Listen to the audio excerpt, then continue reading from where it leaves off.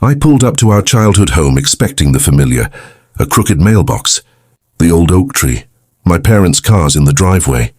Instead, I was met with emptiness. The for sale sign that had stood for months was gone, and the driveway was bare, not a single car or welcome mat in sight. My heart pounded as I stepped out, the silence pressing in. The windows were dark, the porch swept clean, as if the house had been waiting for this moment to erase us. I stood there, keys in hand, confusion and dread swirling. Something was wrong.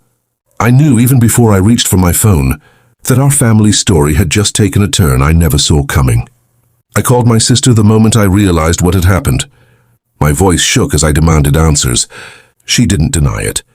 "I sold the house," she said flatly, as if it were nothing more than a piece of old furniture.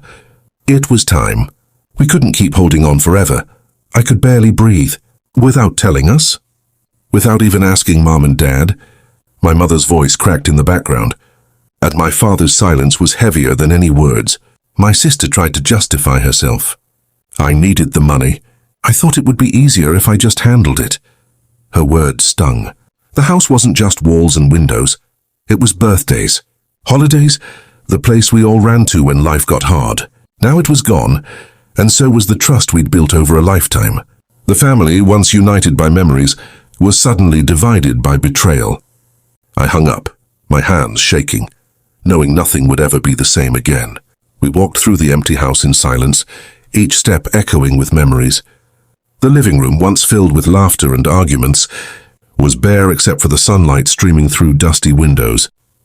My mother paused in the kitchen, her hand resting on the counter where she'd made 1,000 meals. My father lingered by the staircase, staring at the wall where our heights had been marked in pencil, year after year.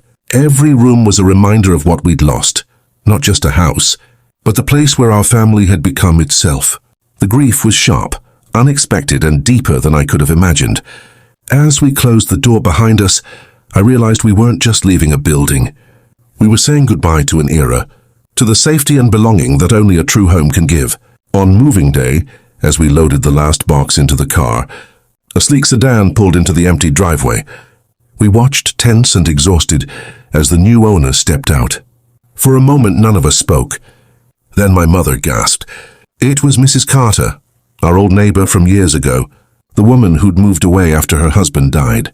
She smiled gently, her eyes shining with something like relief. "I heard the house was for sale," she said, her voice soft but steady. "I couldn't let it go to strangers, this place. It saved me once when I needed it most." She looked at my parents, then at me. "Your family was there for me when I had no one. I wanted to give something back." The shock and confusion melted into a bittersweet sense of fate. The house wasn't lost to strangers, after all. Mrs. Carter's return was a reminder that the past never truly leaves us, and that sometimes the people we help are the ones who help us in the end. Inside the empty living room, Mrs. Carter shared her story.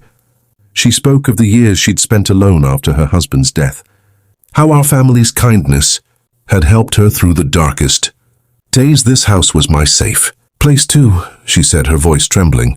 "When I saw it for sale, I knew I had to come back, not just for me, but for all of us," she admitted. She'd made mistakes. 2 times she'd pulled away, words she'd left unsaid. "We all have regrets," she said, looking at my parents and me. "But we also have the chance to make things right." Her honesty broke. "Something open in us." My mother apologized for the harsh words she'd spoken to my sister. My father admitted he'd been too proud to ask for help. Even I found myself letting go of anger, realizing that holding on to blame would only keep us stuck in the past. As we stood together in the now empty house, forgiveness felt possible.